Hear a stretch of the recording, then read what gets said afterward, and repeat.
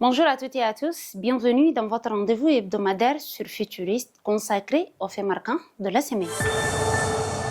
Coopération régionale, les ponts d'intégration inaugurés sur les Logons le lundi 28 avril 2025.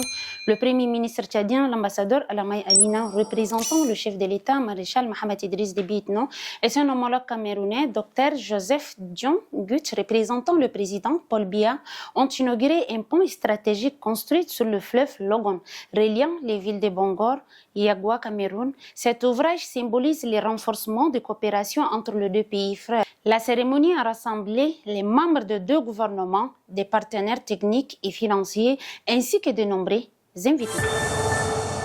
Approvisionnement en eau. Mao doté d'un nouveau château d'eau dans le cadre de la célébration du premier anniversaire de l'élection du président de la République, maréchal Mohamed Idriss Déby Itno. Le ministre de l'eau et de l'énergie, Passalé Kanabé Marcelin, a procédé le lundi 30 avril 2025 à l'inauguration d'un château d'eau à Mao. Avec une capacité de 1000 m3 et un réseau de distribution de 14 km, ce projet financé à hauteur de 1 milliard sur fonds publics a été réalisé par l'entreprise tchadienne Wadi Kondi.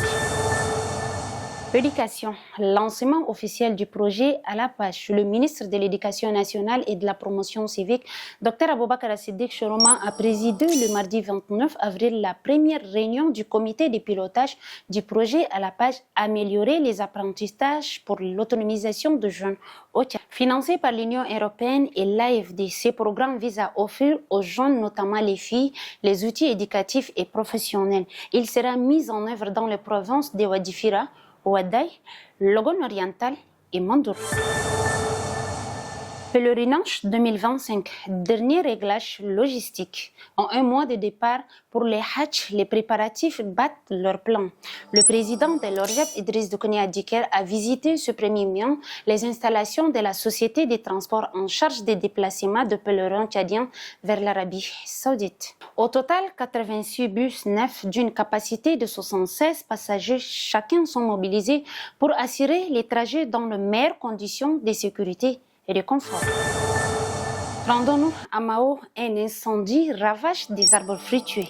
Un incendie d'origine inconnue a éclaté le 1er mai dans les Wadi Djougou, à l'est de Mao, détruisant plusieurs arbres fruitiers, dont les palmiers dattiers, manguiers et papayers.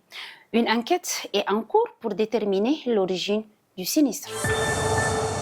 À l'étranger, Mali, les recommandations controversées des assises nationales. Enfin, à l'échelle continentale, les assises nationales du Mali se sont clôturées le 29 avril par des recommandations aux implications politiques majeures. Parmi celles-ci figurent la dissolution de tous les partis politiques et la proposition d'ériger le général Assimi Goïta au rang de président de la République pour un mandat renouvelable de 5 ans. C'était l'essentiel de l'actualité de la semaine. Merci de votre fidélité et à très bientôt sur Futuriste, votre média au service de l'information responsable.